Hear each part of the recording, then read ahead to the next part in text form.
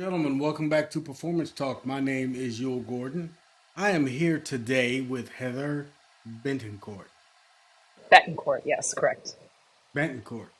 Yep. Okay. Well, hey, look, I like I tell everybody, me and the correct pronunciation of names is not always um, in the same bucket of stuff.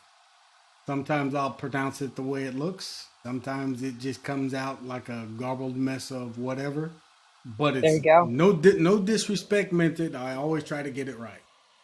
That's good. It's perfect. So Heather, tell us a little bit about yourself, and let's begin with how you got started in this profession. Yeah, I'm sure like most people, it starts from a sports origin story. Okay. I grew up playing soccer. That was I guess you would call it my best sport. I preferred basketball, but I Right. wasn't tall enough, and I don't think that I had I the know that skill pain. set for that. But I loved it, and it was just one of those things where it got to a point where I was like, well, I'm getting more feedback from people as far as like what I'm doing in soccer, and this is just one of the things that I'm going to stick with. And I was fortunate enough to get recruited to play Division 1 soccer at the University of Dayton, Okay. and it was one of those things that I actually started at a Division 3 school, and I wanted to focus on academics. At that point, I wanted to be a doctor. I wanted to get into orthopedic surgery. I was really Right. interested in creating different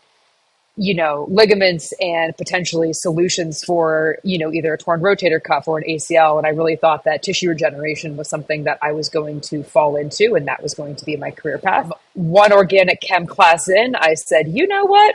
It'll do it every time. Probably not for me. I was like, It'll do it every time. Yep. every time it hits the nail on the head. And I was like, you know what? I think that this is, I have to make some changes. I was having a hard time with the head coach that I was working with at that particular school. And just, for me growing up, it was always, if you work really hard and you're the best player, you're going to play. Right. And Another I've wake up call. another wake up call, and I remember very vividly, it was preseason. I had done really well on all the fitness tests. I beat most of the seniors because I had trained all summer, because I was like, okay, well, I want to come in and make a good impression. And Right. he pulled me aside after the second day of practice and said, hey, could you stop making the saves that you're making? You're making our senior goalkeeper feel bad. And I That was like, doesn't well, even make maybe sense. maybe she should feel bad because she's not as good as me. And then, I rode the bench, and I was like, you know what? Like, I need to go to an environment where my competitive nature is fostered. I'm able to compete Right. for a starting spot. And if it's mine, I should be able to earn that. Right. So I ended up reaching back out to a coach at Dayton that was recruiting me with a goalkeeping coach. And she was like, come up for a camp. And I went up, and they were like, hey, listen, like, we could toss you a little bit of money. We were actually looking for someone to be a backup keeper. And I was like, you know what? I'll take it. As long as it gets me there, I'm ready to go. So Right. Well, that was, that go ahead. experience, unfortunately, I will have to tell you, is not unique. I have a daughter that played soccer as well. She's probably around your age, Hmm. because I'm old. You're not old. The but she got a lot of that kind of feedback, which is negative feedback. That it's like, coach. I hate to badmouth coaches because they're not all in that bucket. Right. Absolutely. But there's a group of coaches that go, that go solely on, and especially in your sport, soccer, Hmm. that go solely on where did you come up through, what Yep. what what what route did you take to get here. Well, Absolutely. I know this coach, this coach, this coach, and this coach. Did you play for him? I watched coaches put players that came up in a system through a club or whatever ahead of girls that were better, because they came through this club, Absolutely. and they couldn't voice, um they couldn't explain why. So that's a whole nother thing. Yeah. But That's I mean, I think that I have this conversation quite frequently within some of the work that I do now, but like, we have such a jarring difference between how we treat boys' academies in the US versus girls' clubs. right. And kind of the general, I just heard of a circumstance on Monday. I went to an event for a player that I'm working with. I met a mom and I met a daughter. She's 17. She's been playing for multiple different clubs here in Pittsburgh. And they were telling me about how this girl got picked over the daughter because there were three other siblings training in the same club. So the club was like, oh, well, if we cut this girl, we're going to lose all this other revenue. But if we actually get rid of the good player, we don't accept her. Like, there's no siblings, so we'll be fine. Right. Right. And it's this attitude of it's a money making machine instead of a talent developing machine. And that's, we can obviously, we can get into this later, but like, this is a big thing that I'm passionate about, especially with women's soccer in the US, is that we develop athletes, we have them, and sometimes we don't develop them, we don't expose them to the necessary things because it's not about that. It's about I am so glad right now yeah. that and I've talked to several young women in the in the fields of performance that have had those same experiences where I started training my daughter because I realized she wasn't getting the training she needed. Right. You know what I mean? So Yeah. I'm watching this club she's in do all these things for the men's side, but on the women's side, they were just like, "I'll go ahead, I'll go ahead, I'll go ahead," or they did the if the girl was good, they moved her up two age groups and forget about development. But then Yep. when she faltered two age groups, two age levels up, Yeah. then they pushed her out. Yeah. It's crazy. That's not development.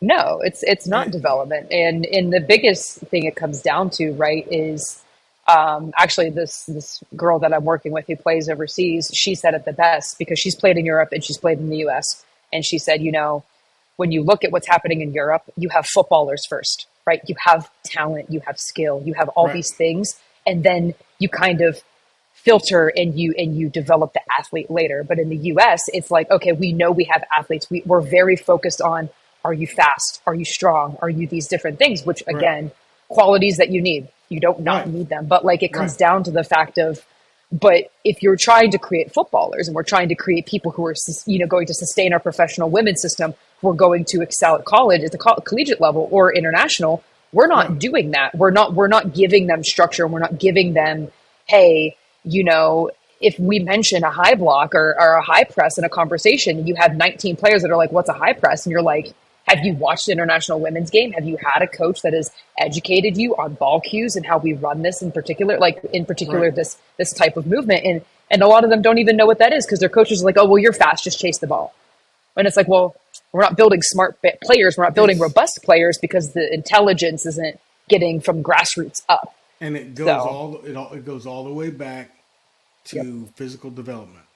yep, So when we're working on when we're wanting girls or young women that are fast and strong and agile and mobile and move well and smart, we have to first understand how to get them from 11 years old to 18 years old, and with all those things in between there, we have while the men's side has their own issues and problems. Uh, for young women, it's different. They just the attention level is almost zero, and that's hmm I started almost training. I had as many women I was working with in 2000 and then through 2002. Um, when I first went, came into the private sector after retiring from service, and they were just sponges. And when I say that, it's because if I taught him something, they remembered it. Whereas if I taught a male something, he was taught something different in the weight room, or hmm on how to move, on how to change directions, on how to transition, on how to do all those things. And so it was as you were doing a lot of correcting. hmm I found out that the young women just didn't get any attention. None, yeah, zero. yeah, If you said I want you to shuffle, explode, they had no idea what you were talking about. yeah. Shuffle, That's explode out to your left. Shuffle, explode out to your right. No idea. They just looked at you like. So the first thing you had to do was teach them the language of what you were doing. yeah, Um, so okay, we're gonna come back to this, good. but I hope so. we're gonna come back to this. But let tell us a little bit more about you. You got to Yeah. You got to So D1. I got to the University of Dayton. And, I think it's important, and I try to, you know, it's not that I want to say I'm proud for not having an easy path, but I find that the adversity and the resiliency that I've developed has allowed me to become the person that I am, and to help me, kind of sort through some of the trash that comes up Right. in life, and Right. just be, and make it into a beneficial situation. But obviously I didn't go to Division 1 and start right away. That's like not Right. what happens. And I had to work really hard, and I had to, get told no a lot. And, eventually I ended up getting an opportunity in a random game, and that opportunity stuck. And I ended up winning an A10 championship in my first senior season. I ended up going back for a fifth year, but it was one of those things where, for me, my biggest takeaway of this transition from going from Division 3 into Division 1, I made the choice to major in exercise science. Was one of my degrees. I ended up Okay. doing a double bachelor's. So I have a bachelor's in English and literature studies, as well as my bachelor's in exercise science. And for me, it started in the weight room. We didn't obviously have strength and conditioning at Division 3. It was, hey, here's a Tabata workout. I was like, Yeah. what is Tabata? And they were like, just do it on your own time. And I was like, okay, so we're just here. And I've always had an interest in lifting weights. I did, private sector speed and agility training growing up a couple different Right. times. And so it was one of those things where I loved it because I excel well in physical things. I am athletic, and that for me was like a positive feedback loop. And I was like, well, if I can get into this as a profession, then I'm basically extending this positive feedback loop for myself, because then I can become the person who is giving other, young women and young athletes this positive feedback loop of being like, hey, like, you can achieve this if we do this, and this will Right. make you jump higher, and this will make you feel better, and, all those different things. And I think that when I got my first internship, and I always talk about this because it's not that I think that people believe I come across as a man hater. I'm not a man hater. I think that sometimes we put women down because Yeah. men have done it longer, right? And that's just where we're at. But I was very, very fortunate. My first internship out in California, I was mentored by three of the best men that I've ever had the pleasure of working with. And I think for me, they taught me a lot of valuable lessons about, hey, sometimes you have to do like bitch work, but then we're going to reward you, right? You basically, if Right. you prove to us that you're willing to do the small things like clean up the rice after the athletes do the rice buckets, the Right. fact that I would stay late and pick up every single granule to make sure that the floor was as clean as it should be for the next morning. They were like, her attention to detail makes sense. I just remember walking in one day after doing rice bucket duty for like 4 days. They were like, hey, you're running the morning session. I was like, what? I've never coached, I've only worked in other internships and coaching soccer at this point. So I've never had like a big group of athletes. And they were like, yep, Right. the session's on the board, you're running it. And I was like, well, okay, throwing it to the fire. Here we go. Right. So There. Yeah. for me, then they would give me a lot of constructive feedback after the session, like, hey, we thought you described this really well, or we thought that your one-on-one coaching with this athlete was really great. Here are some things that we want you to improve on in the next session. And I spent 4 months just in this immersive experience of, again, a positive feedback loop of, hey, Right. like, these are your strengths, play to your strengths. These are the things that are your weaknesses. Let's help you develop these things. And to Right. this day, I still am in contact with them. I use them as resources.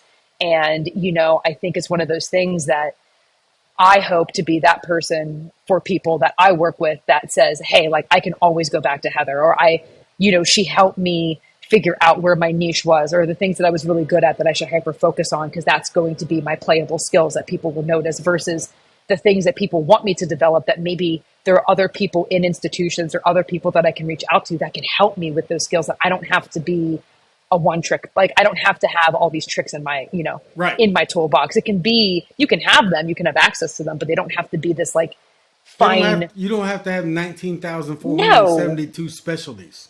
no. And that's something, and I'll fast forward a little bit, but I did that. I went back to school for my fifth year. And then I ended up in personal training for a really good chunk of time, because for me, it was accessible.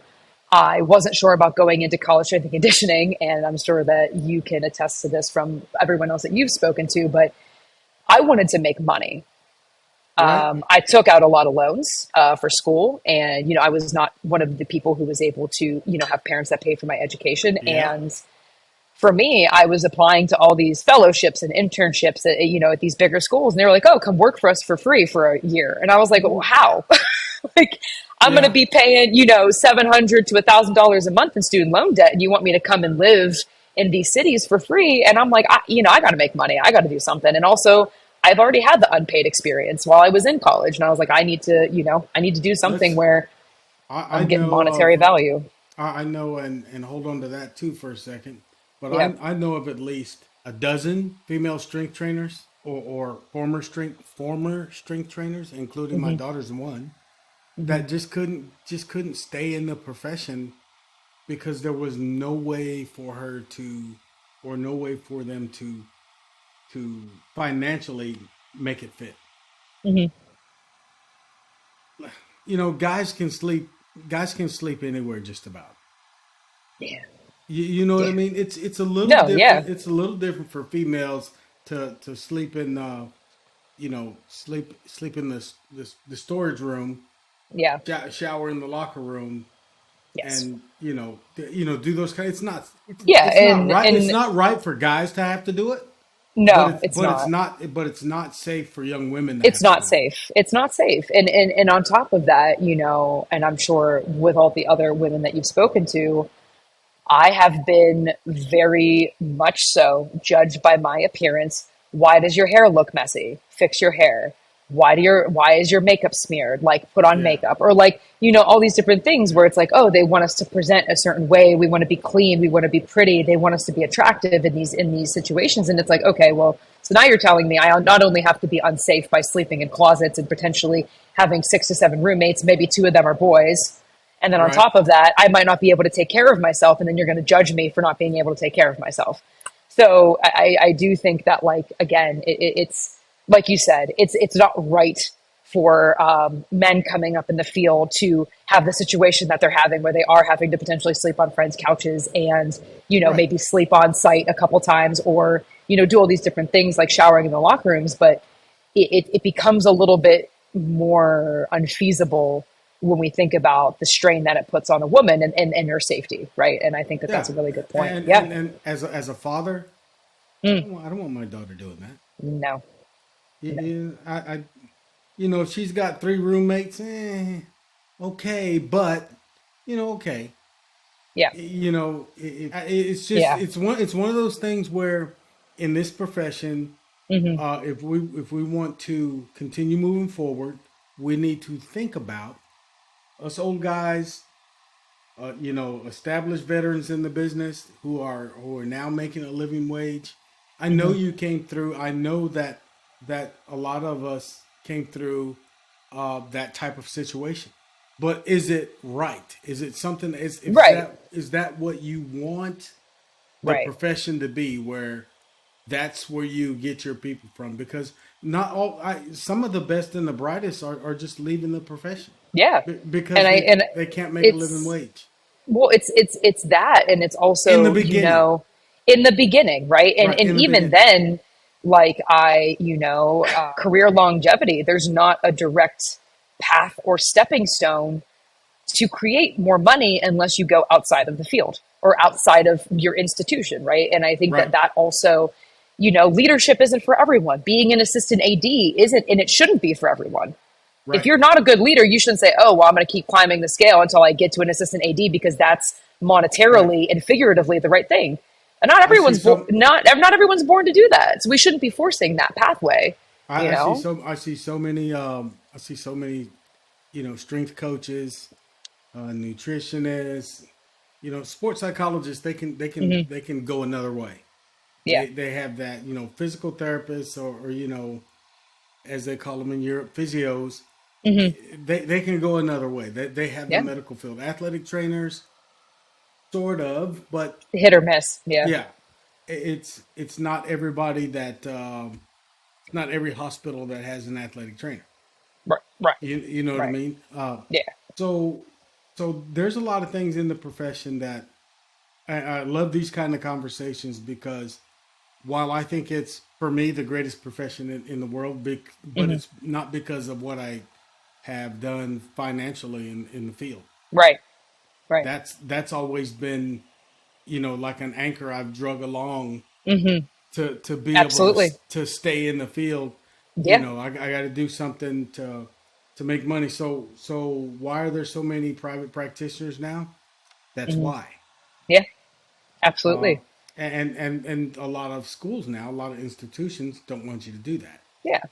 They And I don't. think, yeah, and it's interesting to me, right? It's interesting to me, and I'm interested to hear your take. Like, I've worked in private facilities before, right? And usually you're 1099, so you're just an Right, independent contractor, right? So you make right, your own schedule. You're like, all right, bet. Like, for example, I went back to grad school, so I'm going to make my own schedule because I know I have right. classes at these times. I'm going to, train in the morning, train in the evening, whatever. And I find it interesting, and again, I don't want to speak for every institution because I haven't been exposed to all of them, but I have Right. friends and a good bit, and, we have these conversations. And it's this, okay, well, let's say your first group is at 5 a.m. and your second group is at 4 p.m. They expect you to be in the office and in the facility from that point till you're done with your second group. And to me, it's like, okay, what really are you getting done when you're sitting Right. in there in the middle of the day when you could maybe be saying, hey, like, I actually have a couple women in my neighborhood that want to train with me. I have 6 dumbbells at my house. I'm going to train them at 9 a.m. and then I'm going to come back. I'm going to work out myself. We have that staff meeting at 1, and then I'm going to get my stuff together and ready for my 4 p.m. group, right?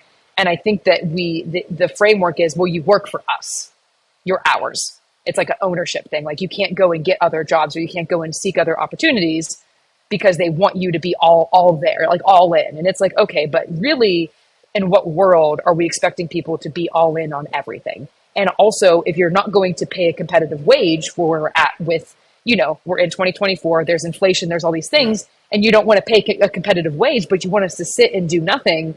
You're paying me to be a strength coach. You're paying me to program. You're paying me to be nice to the kids. You're paying me to do all these different things, Right. but you're not paying me to sit, and you're not paying me to read, and you're not paying me to do continuing education. You're not paying me to do those things. You're paying me as a strength coach. So if you want me to sit in my office and do continuing ed or do a course that you want me to take, like, okay, but you're going to pay me for that, Right.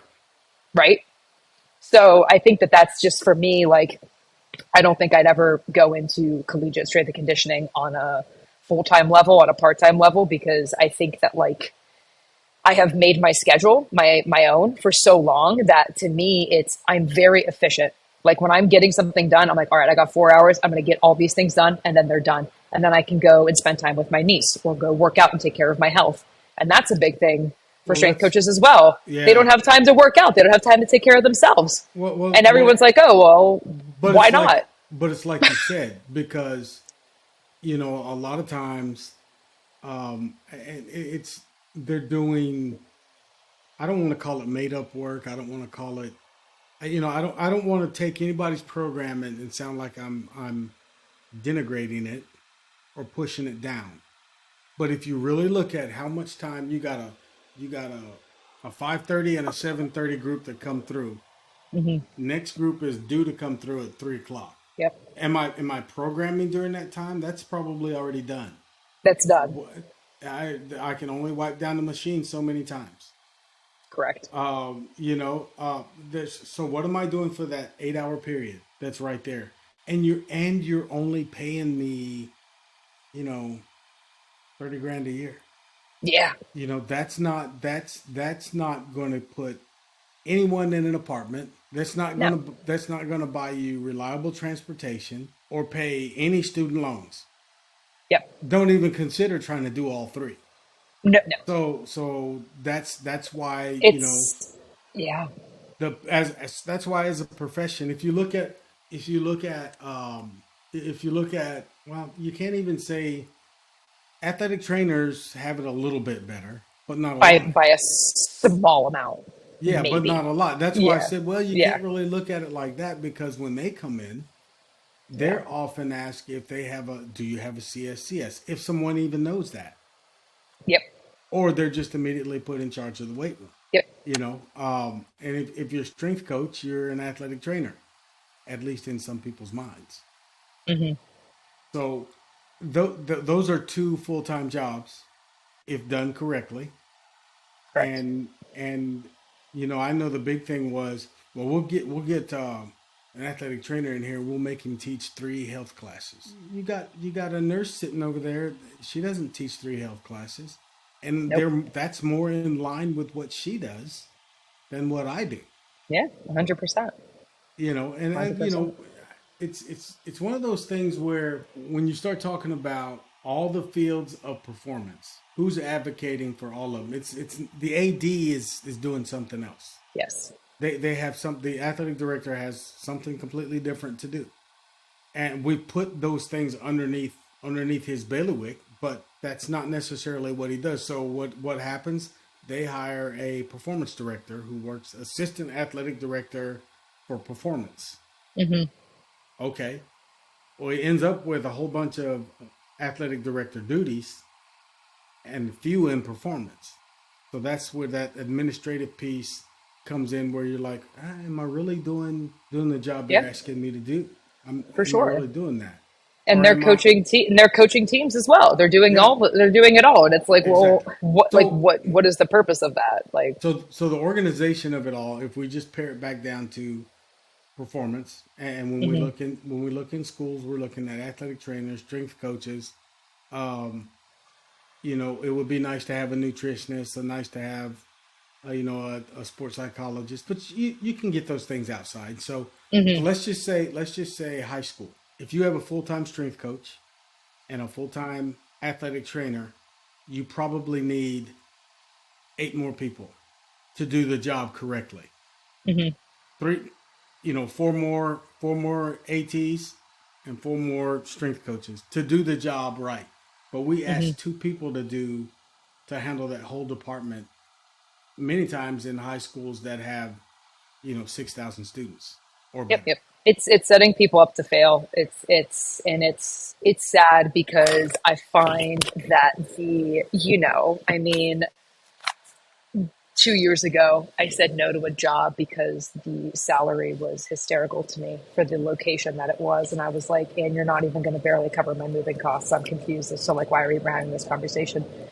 Right? And I remember the feeling whenever I kind of, I didn't mean to laugh when they told me what the salary was, but I was like, oh, this is, I've only heard about it so often that this is what happens in, Power Five, schools. But why? I'm just confused as to how you're asking me to do all these things, and this is what you're going to pay me, and the cost of living there is 3 times that. So, no, the answer is no. And it was kind of one of those things, but why? It's a great opportunity. And when, oh, but we'll find someone else. And I'm like, okay, but here's the thing is like, you're always going to find someone else who's desperate to work in sports and who's desperate to Right. be that person who gets to post on Instagram, hashtag go this, or we're going, roll tide, or whatever it is. Right. And it's like, do you want people who are desperate for clout working with your kids? Or do you want the people that want to be there to provide a good service working with those athletes? And that to me is that clear line of, we'd rather pay what we want to pay to get whoever is desperate enough to be here, or, who comes from a financial situation where maybe their parents support them or they don't have debt or whatever it is. We'd rather have that situation than the person who we just offered the job because of a monetary, like we're not willing to pay them what they're worth or pay them what they need. And that to Uh, me is like, one of the things, one of the reasons that it's like that is because we accept that. yeah, Like you just said, yeah, there's that person out there that will accept yep, that I'm going to work for $15 an hour, great. or let's not They'll even do say it. that. Yeah, I'm going to work for oh, I get 35 or $40 an hour. Yeah, but you only work 4 hours a day. They only pay you for yeah, 4 hours a day. yeah, absolutely. But people will do it. And that's the Yeah. thing is that it's, the language around it is the problem. And again, like, yes, people will do it. And that's going to happen in any field and in any job and in any Right. school. But it's the language when we're talking to each other and we're talking within the field of, oh, but like I had to hustle and grind. So like, shouldn't this person? And, oh, well, I had to go through the ringer. So why can't I make it like this? Or, oh, I had to work And for 15 years and climb the ladder and go to 6 different schools and find someone who respected me before I got my promotion. And it's like, why are we making it hard still? it's not even it's not even about that. It's um I came through that grind, and that I was a little bit I was probably a little unique because I knew what I was doing, and I Hmm. knew I didn't do anything you couldn't find in research. Yeah. You know what I mean? So I wasn't making it up. So I was confident in how I prepared my athletes, and then the outcomes were positive as well. So I was in that positive Hmm. feedback loop as you Hmm. talk. Yeah. Just you know, just from the approach. One example is, and this is a little bit off the subject, but it's the same kind of thing. So I was in South Carolina, in South Carolina, in Columbia. There was the women's soccer there was. I wasn't saying it wasn't bad. It was they had great athletes, and coaching was okay. That's not what I'm saying. It was the architecture of the way it was built, and where you had to go in order to get looked at, and yada yada yada yada yada. So I said, I want to start a women's team that focuses on athletes who want to play beyond college. Hmm. Whether that's we ended up getting a USL team, a W League team when there was still a W League. Hmm. Um, and I was told 1,000 times, "Hey, you can't do that. That won't work." This is the soccer community telling Yeah. me that won't work. That's not going to make it. Yada yada yada. 4 years later, they're trying to buy the team from me. Yeah. But that's a whole different story and a whole different thing. But here's the point: we got the right people in place. We had an excellent coaching staff, and we all busted our humps. And that team ended up in the finals in the third year. In the third year, we won Yeah. half the games, then we won a bunch of games, then we're in the finals, and doing that. And everybody said it can't be done. There's no audience for it. No, you don't want to do it, and you don't want anyone else to succeed at doing it Yeah. unless you're part of it. Right.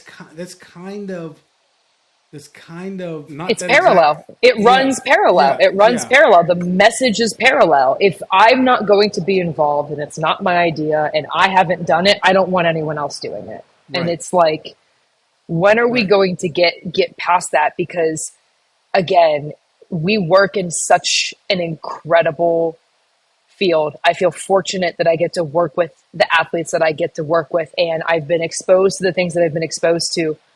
But when it comes down to it, we sometimes we lose sight of the real purpose of why we're doing this, and it's to grow what we're working on and to grow and to expose these things and make them bigger and make them better and improve them So make it more inclusive and expand it. so And I and it's tough. yeah. So I've always said, um, as a country, as a state, as a town, as a community, as a occupation, we're always better when we're together Hmm. than when it's I'm gonna get mine so you don't get yours, or I'm gonna get mine instead of you getting yours, or let me get mine before you get yours. That has always been. You can look back if you pay attention to history at all. You look at our country, um, and you look at this profession, and when we were apart, Hmm. when we were disagreeing on everything, we kind of were stale. Hmm. Still the greatest country in the world. Don't get me wrong. I played on one of the greatest teams in the world, which was the U.S. Army. But the point is, when you as a profession, when we as a profession, to bring it back to what we're talking about, don't take care of and don't correct the mistakes that were made when we were coming through, we're gonna make them. Yeah. We're gonna make them. So we're gonna lose about um, a third to half of some very high quality individuals who could be in this profession, because when they come in as 23, 24, 25 year olds, they can't pay the rent. Yep. Their car breaks down, and you're mad because they're late to work, but they're walking to work every day. Yep. You know what I mean? Yeah. Yeah. I mean, it's that, and it's also, it's both ends of for me, I feel like it's both ends of the spectrum of it's the entry level positions, it's the internships, the fellowships, the first years, all these different things. And it's also the other end of the spectrum where it's like, do you really want to be doing this for as long as you have to? Like, I mean, I don't know. For me, I don't think I'm not going to be able to retire anywhere in my 70s. Like, I'll probably have like a job in retail during that time, but like to just continue to be able to live because I'm not Yeah, able welcome to to. CC's. Yeah, like honest to God, welcome to Chili's. It's Heather. Mhm. Nice to meet you. Like, but like it's crazy because what are you like? Are you really going to go work in a college and you're going to work with women's volleyball and softball for over 30 years? Is that really what you want? And you're going to be in the same place doing the same thing for 30 years without probably maybe a 30% pay raise over those 30 years. And on top of that, you're probably not going to like gain anything else. I mean, what else? You're going to still be traveling. You're going to miss time with your family and all these other things. And it's for me, it's like, why are we asking people to do that for that long? And a lot of times they don't. They leave. They do it for 15, 20 years. They're like, all right, well, there's nowhere else to Yeah, go. There's nothing else for me to do. So I'm going to consult. And now we have all well, these consultants. It's like, well, yeah, what are we consulting on? I don't know. yeah, one of my things is I try not to. I am at that end of the spectrum Hmm. where I don't want to go stand in the sun for 3 hours. No. And I'm not being, but there's a lot I have to give. So what do I do with it? And where do you go from there? So that's basically the reason I started the podcast. Yeah. So that I could talk to professionals like yourself, and you guys could walk in. I talk to from people that walk in and they're here for a year and a half. They're in the Hmm. profession for a year and a half, first job, all that, to guys that retired before I did or still going and are older than me. Hmm. So and we talk to doctors and physical therapists, and we talk to the whole gambit. The thing that I always point out is, I said, like we said earlier, if you're a psychologist, if you're a physical therapist, if you're a doctor, a sports doc, or those things, you have another way to go. Options. You have Yeah, options. you have options, and even if even if the option is to stay in medicine, you Hmm. can do this. You can pivot. Yeah. If you're a strength coach, you pivot to what? If you're an athletic trainer, you pivot to what? What do you pivot to? Yeah. Is it administration? Okay, but when we pivot to administration, where are we going? Nowhere. It's not athletic training, Nope. but it's also not the traditional athletic director job, unless that's all that's there. For sure. So I love that rabbit hole. Let's keep going. Let's play whack-a-mole and let's pop something else up. Let's Whew. let's talk about how you feel the approach to it's similar to, Hmm.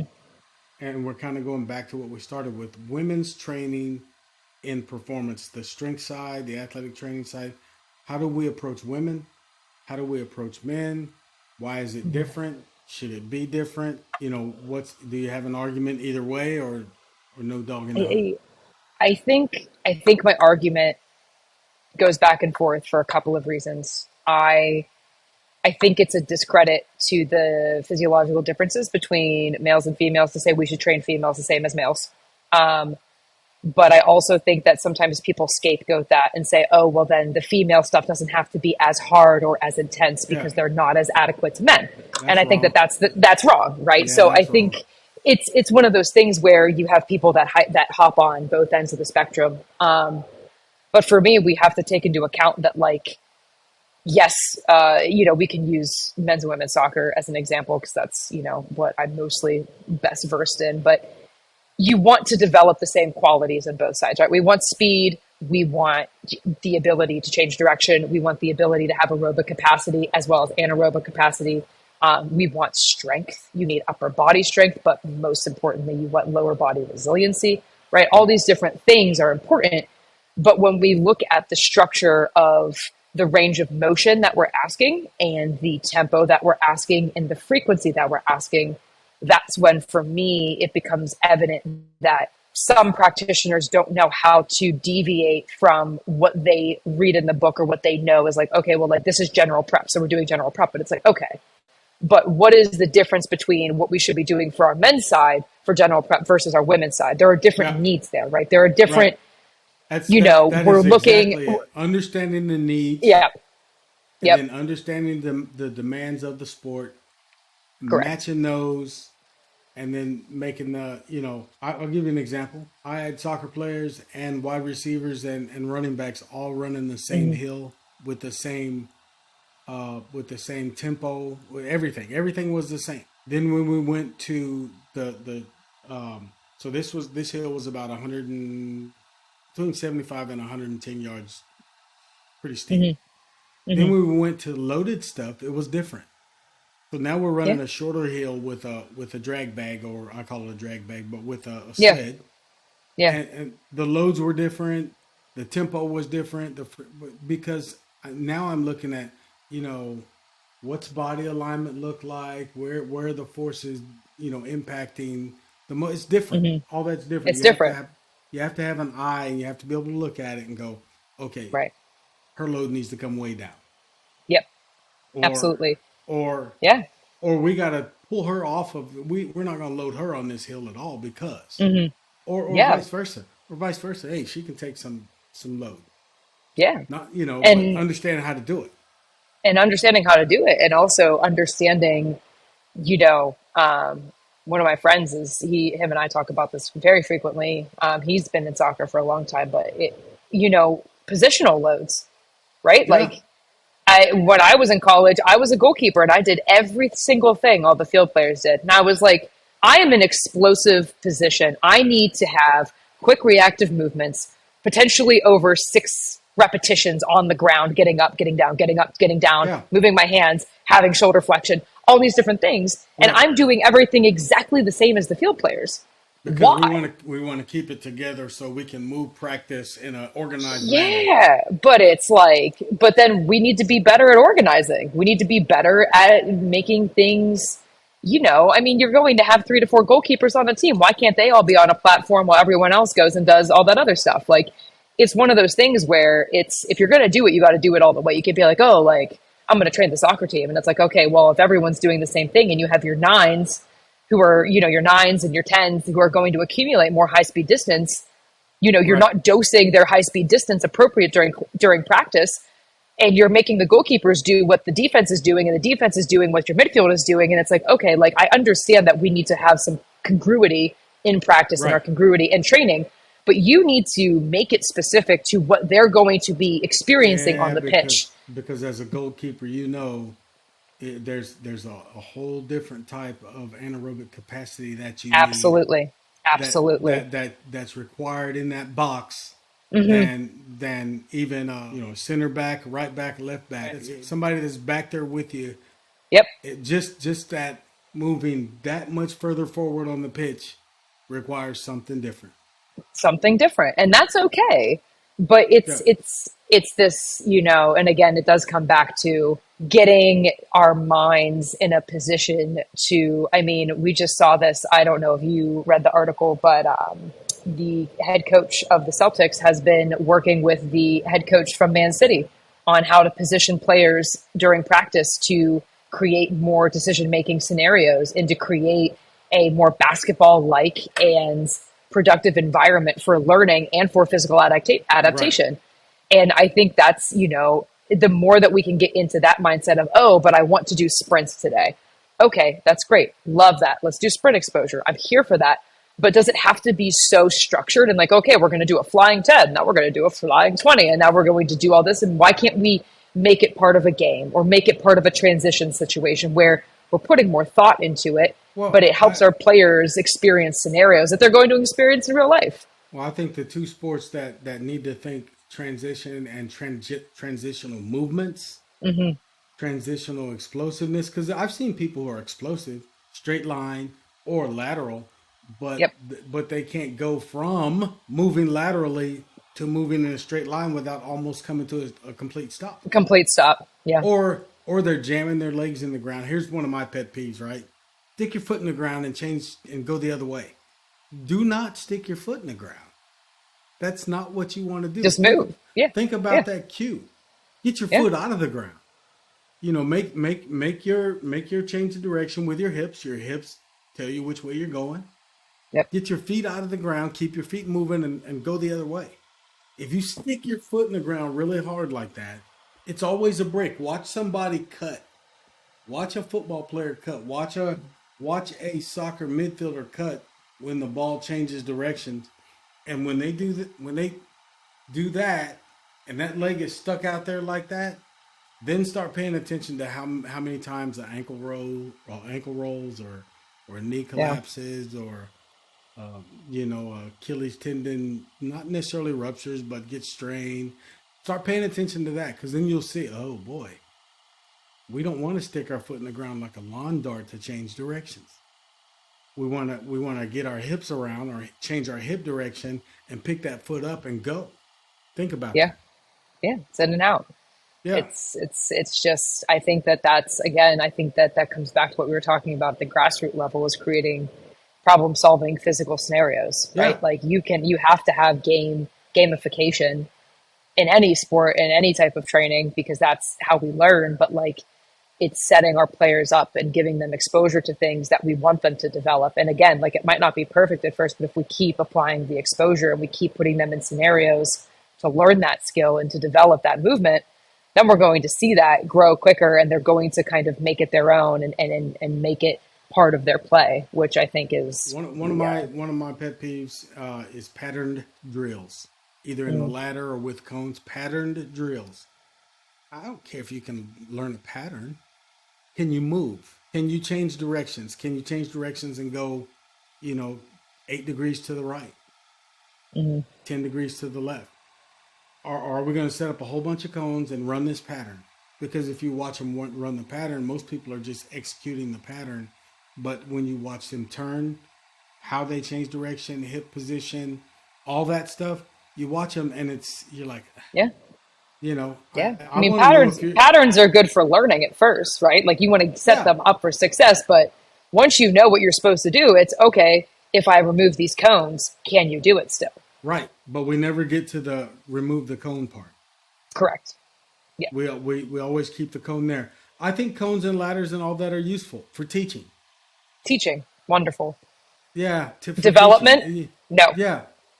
So I want to man, in the future you're coming back, because we are just Listen. we're hitting the surface of most of these. I am like, I do tangents like you wouldn't even believe. I am tangent girl 101. I Yeah. can't stop once I start. It is like within my So nature. so training, right, is what's I hate to ask, a lot of people ask, well, what is what methods do you like to use? I just want to know what your approach is. What is your approach to Wow. training? I So, Yeah, go ahead.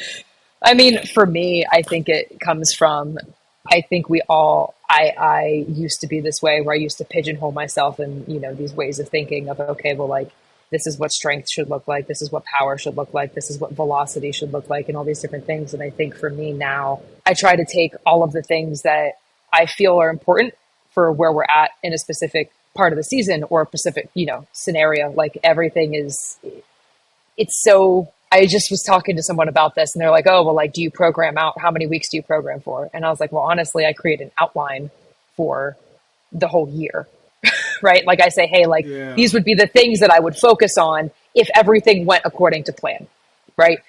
But realistically, it's one of those things where we have to build out movements for success. And that sometimes comes down to a weekly monitoring. It comes down to a daily change. And for me right now, I have always, since I even did my first learning experience within fascial lines and fascial training, like, for me, I always come back to rotation, and I always come back to, I need to move heavy things, and then I need to move moderate loads fast.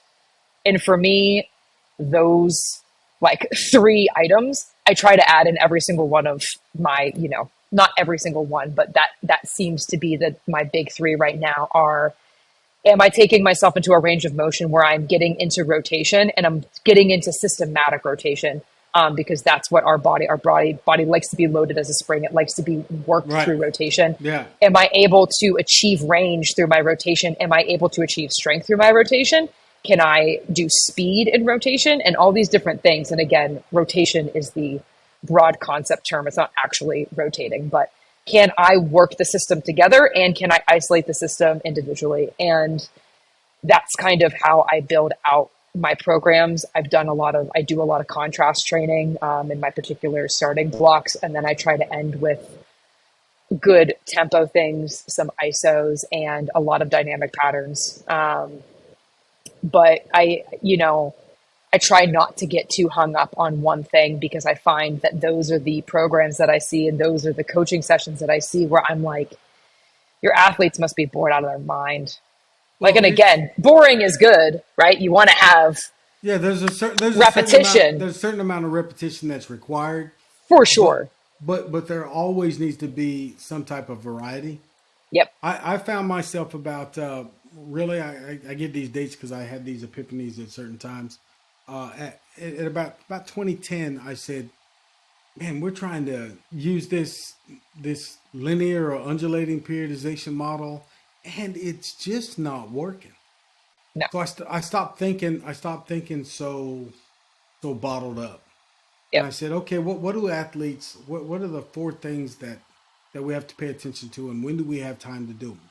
So time wise, we have preseason, Hmm. in season, postseason, not meaning playoffs or anything like that, but directly after the season, Right. and then we have the off season where you know after about a month of recovery or two, then you're into the off season where your priorities change. Hmm. That first couple months, you're after the season, you're resting and recovering and trying to work on things that kind of broke down and rebuild your foundation or put the patches back in it. Then in the off season, man, you're going. It's all about improvement. That's where your loads are the heaviest, your Hmm. work is the hardest, in the whole thing. Then you have preseason. There's two slices to that. Yep. There's individual preseason where you as an athlete have to get ready for what the team's going to do in preseason. Hmm. So you're working on the things you need to work on as an individual. Then you go into the team preseason piece, and then the end season piece where it's all about maintenance. Yeah, are we always trying to improve? Of course. Are we always trying to take care of things? Yeah, but what's the focus? There's 4 periods, and it doesn't matter what sport you play. And it can be some of those sports are long. Like soccer. Soccer season is Long. horrendously long to me. Hmm. I'm Yep. like, how many games y'all playing? Too many. Basketball Worse. season. You're playing Basketball's 80. worse. Yeah, It's 82 horrible. games. Then there's the granddad of them all, baseball, God. Oof. where you're you're playing baseball and it's like, oh, I can't. It's so long. I can't even. Yeah. It's Never been hard. a fan of baseball. I can't focus. I don't even know what's happening half the time. I'm like, I want a hot dog. I want a hot dog and I want to go home. Those are A my hot two dog feet. and I And I want to want to go go home. home. But so But in that yeah. manner, how do you see your planning and your programming? Yeah, I think I mean, you hit the nail on the head. I think I wish that for preseason, as far from a soccer standpoint, like I unfortunately think that they think a lot of coaches, especially in college, think that kids should come in fit in preseason, but preseason is supposed to be accumulation. So you want Yeah. them to obviously do the runs. You don't want them to lose fitness in the off season, but that should be, like you said, we should be focusing more on moving some heavier loads, focusing on more time under tension, finding more resiliency in our bigger muscle groups and things like that so that we're able to sustain the season and stay fit and have the body that we should have and try to mitigate injury. But, realistically, it would be that phase of, okay, let's be a little bit heavier. We still want to move some things fast, but we're going to work on heavier loads, trying to get, good bilateral strength is always great, but really trying to tap into more unilateral stuff with some explosive unilateral work and trying to go back and forth with between those two. And then taking that preseason load and just saying, okay, we know that the volume on pitch is going to be the greatest during that time. as far as how many practices we're running, how much running we're doing outside of a match scenario. So really saying, okay, can I maybe tailor my load back in the weight room and treat it in more of a velocity sense? Like, can I move a moderate load fast? Can I do a 3x3 in that and be very successful on intentionalizing that effort and having the most intensity in that 3x3, but not tapping into that overdoing of the volume while we're really trying to ramp up for season. And then, like you said, like it's just maintenance. It's what am I doing to the hamstrings? Am I getting high speed distance exposure during practice? Does it make sense for the exposure that we're getting in match? Are we doing enough hamstring isometrics, calf isometrics? Are we strengthening the lateral glutes? What about dynamic core action? I love medicine ball work during this time. I think it's super convenient and super, it's one of those things that gives you a little bit of problem solving, a little bit of, can I work my body against a mass and then regenerate force? And just working through things like that. And then just with the off season mobility, obviously still applying some load, but it not being anything where you're like dying in incredible amounts. But yeah, I mean, I think that that's generally how I function in general with my outline, but ramping up, tailor off. That's yeah. I mean, that's, and that, I've always liked the simpler approach, that makes sense. Listen, I have to start turning the corner here to wrap up. But like I said, you're coming back, so I'm not even asking you. I'm just telling you. I'll let you know when. incredible. Now, uh, one of the things I always try to do at the end is get advice. So, what advice do you have for the new athletic trainer, strength coach, whoever coming into this field of performance? What advice do you have for your peers, and what advice do you have for those of us who have been around longer than you? So I think for me, it would be to keep an open mind, but not so open that you're letting bad things in. Okay. All right. Like, you have to find, for me, it's finding a very fine balance between wanting to grow, wanting to learn, but also protecting your peace and protecting yourself from imposter syndrome.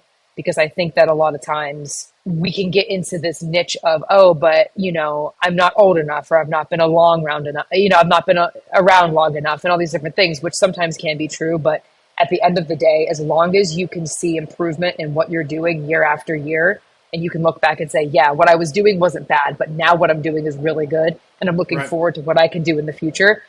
I think that is something that I wish I would have learned a lot sooner when I was younger, and giving myself space to learn and not being so hard on myself when maybe I did make a mistake, or maybe my programming wasn't exactly what I wanted it to be, but understanding that as long as no one's getting hurt and the mission is to drive intent and to drive being better, to protect your peace about it and say, I'm doing the best that I can with what I have right now. And I know that I can do better and I will do better. And let me think about, for people who I guess are older than me, would be kindness goes a long way, and keeping an open mind about what younger people are trying to do or maybe don't understand is important. Because I think a lot of times there is that like, but I've been here and I've done this, and I don't think it's as bad anymore. But it has to be a symbiotic relationship. It has to be osmotic. We got to go back and forth. And I think that that's something that I hope to do as I continue in the field and I continue to obviously age, is to give more, membranes and less boundaries of, well, you're not here yet, so I'm not going to give you respect. It's the, hey, I know where you are. You're bringing this to the table, so I'm going to let some of this through on my membrane because I think that this is really great, but I'm also going to push some things to you because I think you need more of this. And I think creating more environments where we can cultivate a better situation for people's mental health and for their financial health, and for having realistic expectations on both sides for what we're trying to do as practitioners and what we're trying to do as practitioners to grow our field and to make it better for each other and to make it better for the people who want to be in this field for a long time. Well, I think the advice is good, to be honest. Thanks. Yeah, no, that advice is good, and being able to, I think the other thing is, and you may have said this, but keep an open mind about what those who not are where you are actually bring to the table. Yeah. So I need to be thinking about what you're bringing to the table, what somebody after you is bringing to the table. They need to be thinking about what does that old guy bring to the table? What is he doing? Um, or what do you bring to the table? What is a mid-career professional provide me that either if I'm older than you are that I've lost sight of or never got, Hmm. or that I don't have the experience at yet that you know that you do, you learn. So I think we all need to pay attention to what the next person brings to the table. Absolutely. Always. We all have special skills. We all have, our own things that we bring that other people's don't have. And I think it's always, it's working together to create the best possible solution and scenario for each other. So Heather, it's a win. the time has flown by, Yes, it um, has. and like I've said 17,000 times already, you're coming back, but I appreciate your time today. Yeah, I appreciate you. Thank you so much for having me on. This has been really great. And I'm looking forward to our next talk. Indeed. Ladies and gentlemen, this has been Performance Talk. Our guest today has been Heather Bentancourt, and we're out.